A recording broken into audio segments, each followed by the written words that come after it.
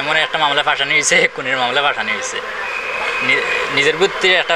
আমি যে সময় আমার নিউজটা শুনি 17 তারিখ দুপুরে, তখনই আমি আমার ভিতরে বয়স চলে এসেছে যে না, এটা আমি আমার নামে এখানে আসবে।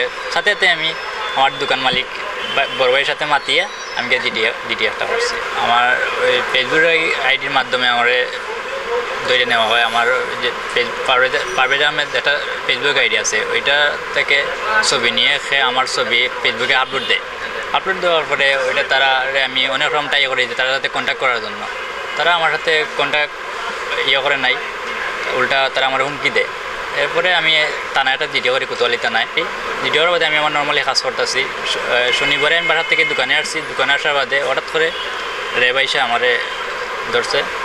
পরে তারা বলছে যে আমার জিজ্ঞাসা করা এর জন্য নিয়ে যাবে।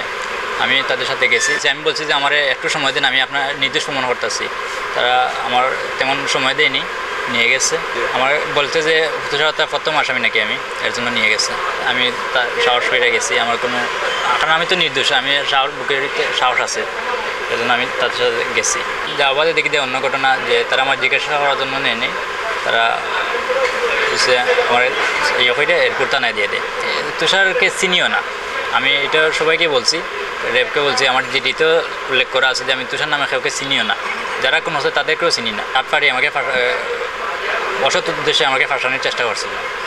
ওইটা আমি পুলিশকে দিয়েছি, পুলিশে এখন এটা নিয়ে ব্যবস্থা নেবে। আমি এটাই বলতে চাই যে কোনো একটা আসামি ধরা আগে যাতে সঠিক তদন্ত করে একটা আসামিকে ধরা হয়, কারণ তার ফ্যামিলিগতভাবে একটা আছে, অনেক সার্কেলে আছে কালার হইবে, ফ্যামিলি কাছে কালার হইবে। কারণ আমি তো সবাই তো নিউজটা শ্বশুরানি বাদে আমাকে অনেকে আমার জন্য দোয়াও করছে, কারণ জানে যে আমি এরকম মানুষ না। এটার জন্য আমি সবার কাছে কৃতজ্ঞ। মানে আমার দোকানের বড় ভাই, আমার মার্কেটের সবাই আমার জন্য প্রচুর পরিশ্রম করছে আমার এর জন্য। তাদেরকে কিছু বলার নাই, আমার কাউকে কিছু আর বলার নাই। এখন যা করার পুলিশ করবে।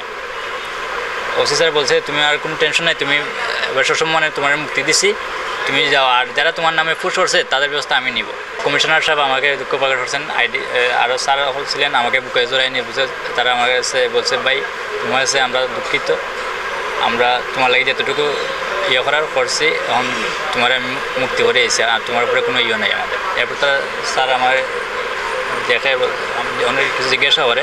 এরপরে ওসি স্যার আমার খুব সম্মান করে, বলছে তুমি খুনি না, তুমি জাস্ট আমার একটা প্রধান আসামিকে ধরার জন্য তুমি আমার কাছে একটা দায়িত্ব করো। শুধু আমার গার্জেন যারা আছে তাদেরকে বলা হয়েছে, আমিও টেনশন ছাড়া একবারে তাদের একটা রুমে রাখছে, আমাকে হাজতেও রাখা হয় নাই, হ্যান্ডকাপ করা হয় নাই, আমাকে জাস্ট একটা রুমে রাখা হয়েছে, আমার খানা সব কিছু দেওয়া হয়েছে। আমার আত্মীয় স্বজন তো সবাই জানে, আমার দোকান থেকে শুরু করে আমার বাসা থেকে শুরু করে সবাই আমার জন্য দোয়া করছে ভাই।